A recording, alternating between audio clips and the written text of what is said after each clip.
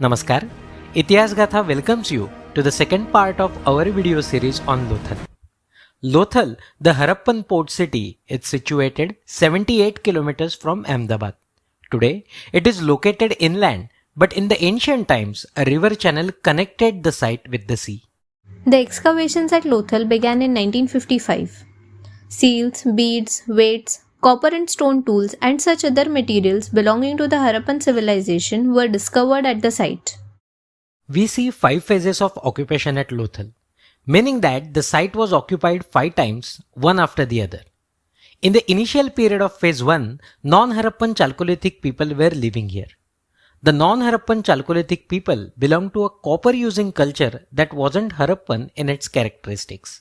They had created a peripheral mud wall around their settlement. In the later part of phase 1, Harappans arrived at Lothal, but they did not try to introduce their classic town planning or change the layout of the already present habitation.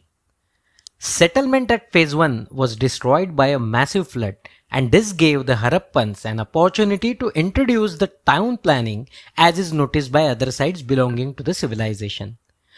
Typical Harappan characteristics were implemented, such as houses built on mud brick platforms, establishment of proper drainage system.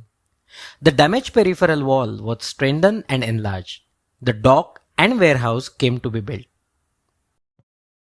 In phase 2, Lothal became an important industrial center and we see the remains of the shops of shell workers, coppersmith, bead makers and so on.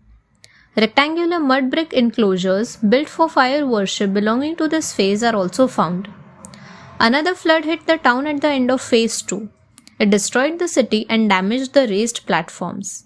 Harappans rebuilt the city, increased the height of the platforms on which the houses were constructed, and started with a new phase.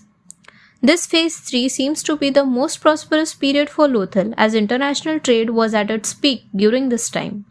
Evidence of this trade is seen by the presence of seals from Ur at Lothal.